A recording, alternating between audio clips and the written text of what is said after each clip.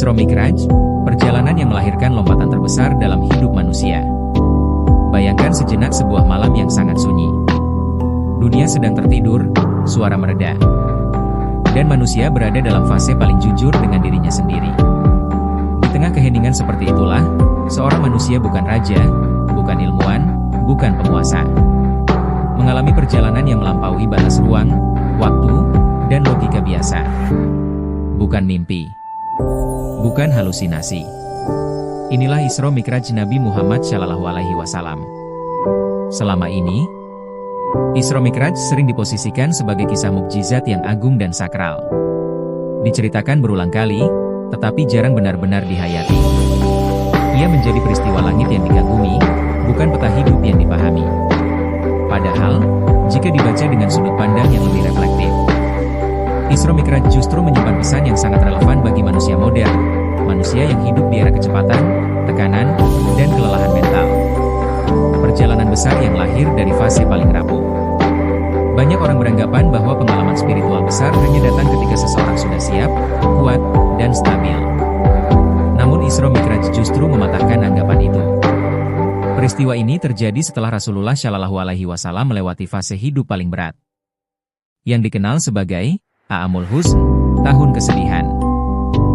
Dalam waktu yang berdekatan, beliau kehilangan dua pilar utama kehidupannya, Khadijah binti Khuwailid, istri sekaligus sahabat paling setia, dan Abu Talib, paman yang selama ini melindungi beliau dari tekanan sosial politik Quraisy.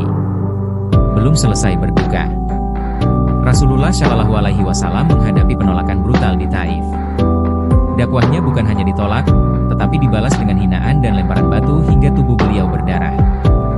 Tidak ada tepuk tangan. Tidak ada pengakuan. Yang ada hanyalah rasa lelah, luka, dan kesepian. Dan justru dari titik inilah Isra Mi'raj dimulai. Pesan besarnya sederhana, tapi sangat dalam. Allah Subhanahu wa Ta'ala tidak menunggu manusia berada di puncak untuk mengangkatnya. Allah Subhanahu wa Ta'ala justru sering mengangkat manusia saat ia nyaris lumpuh. Perjalanan malam sebagai gerbang transformasi. Isra Mi'raj terjadi pada malam hari. Ini bukan kebetulan, dan bukan sekadar detail sejarah. Malam dalam kehidupan manusia sering identik dengan kesunyian, ketakutan, pikiran yang tak berhenti. Banyak orang hari ini hidup dalam malam versi mereka sendiri. Bekerja keras tanpa kepastian. Berjuang tanpa apresiasi. Bertahan tanpa tahu sampai kapan. Dalam kondisi seperti ini, manusia sering menunda perubahan, nanti kalau hidup sudah terang. Isra Mi'raj justru mengajarkan sebaliknya. Perjalanan paling transformatif seringkali dimulai saat dunia sedang gelap. Saat manusia tidak lagi bergantung pada kekuatan dirinya sendiri, dan hanya bisa bersandar pada Tuhan. Perjalanan horizontal untuk membersihkan beban sebelum naik level. Tahap pertama dalam Isra Mi'raj adalah Isra. Perjalanan dari Masjidil Haram ke Masjidil Aqsa. Secara simbolik, ini bukan sekadar perpindahan lokasi, melainkan perjalanan horizontal yang menata ulang batin sebelum manusia diajak naik lebih tinggi. Ia mengajarkan satu prinsip sunyi namun krusial. Tidak semua orang gagal naik level karena kurang potensi. Banyak yang gagal karena membawa terlalu banyak beban ke fase berikutnya. Sebelum Mi'raj, Rasulullah SAW dipersiapkan. Hatinya dibersihkan, bukan karena beliau kotor, tetapi karena setiap kenaikan menuntut kelapangan jiwa yang baru. Pembersihan ini menegaskan bahwa pertumbuhan sejati tidak dimulai dari menambah kekuatan, melainkan dari mengurangi beban yang tidak lagi perlu dibawa.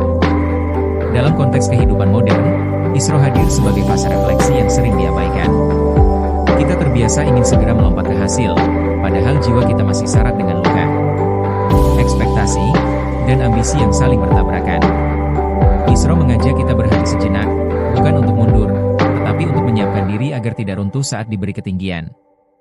Kenaikan ruh, bukan sekadar perjalanan fisik.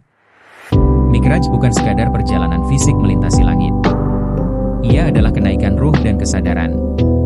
Rasulullah SAW melewati lapisan demi lapisan langit, bertemu para nabi, hingga mencapai Sidratul Muntaha, batas tertinggi makhluk. Setiap lapisan menyiratkan satu pesan penting, yakni kenaikan sejati selalu bertahap, tidak instan.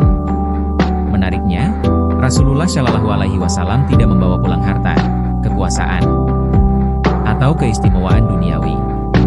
yang beliau bawa justru sesuatu yang sangat personal dan mendasar, sholat. Di dunia yang mengukur keberhasilan dari apa yang terlihat, Isra Mi'raj menegaskan bahwa fondasi hidup bukan apa yang dimiliki, tetapi seberapa kuat koneksi manusia dengan Tuhannya. Sholat, hadiah dari langit, bukan beban dari bumi. Sholat sering dipersepsikan sebagai kewajiban rutin. Namun dalam konteks Isra Mi'raj, sholat sejatinya adalah hadiah, bukan beban. Ia diberikan langsung, tanpa perantara, di momen paling sakral.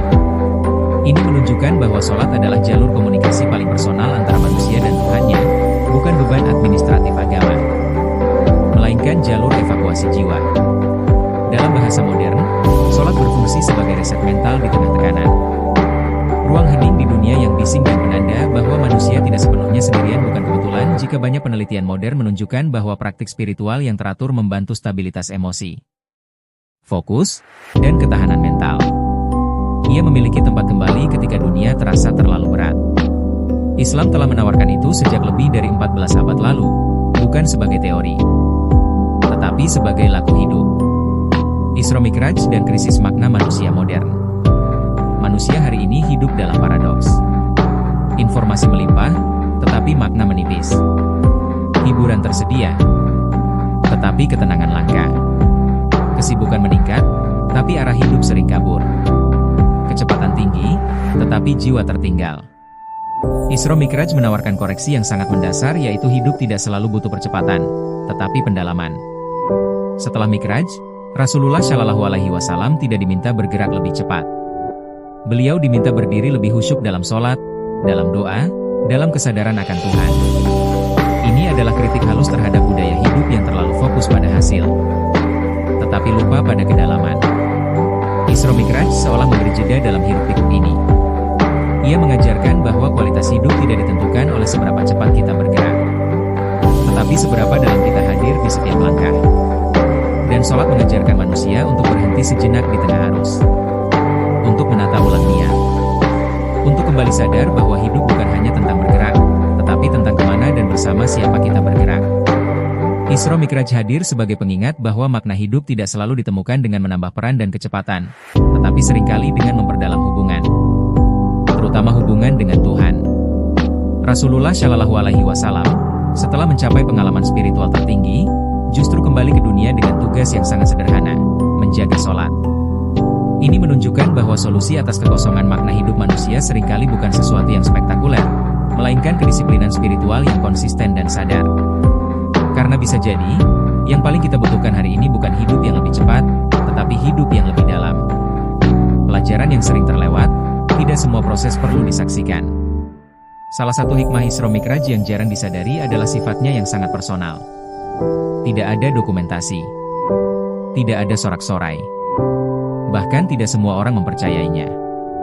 Dari sini kita belajar bahwa tidak semua proses perlu validasi. Tidak semua perjalanan harus dipamerkan dan tidak semua kebenaran harus langsung dipahami orang lain. Kadang, justru di ruang paling sunyi itulah Allah Subhanahu wa Ta'ala bekerja paling dekat. Jadi, validasi publik mungkin menguatkan ego, tetapi kedewasaan batin justru tumbuh ketika seseorang tetap melangkah meski tidak dipahami, tidak dipercaya, dan tidak dirayakan. Disitulah iman diuji bukan oleh sorak-sorai, melainkan oleh kesetiaan pada kebenaran yang hanya diketahui oleh Tuhan dan diri sendiri.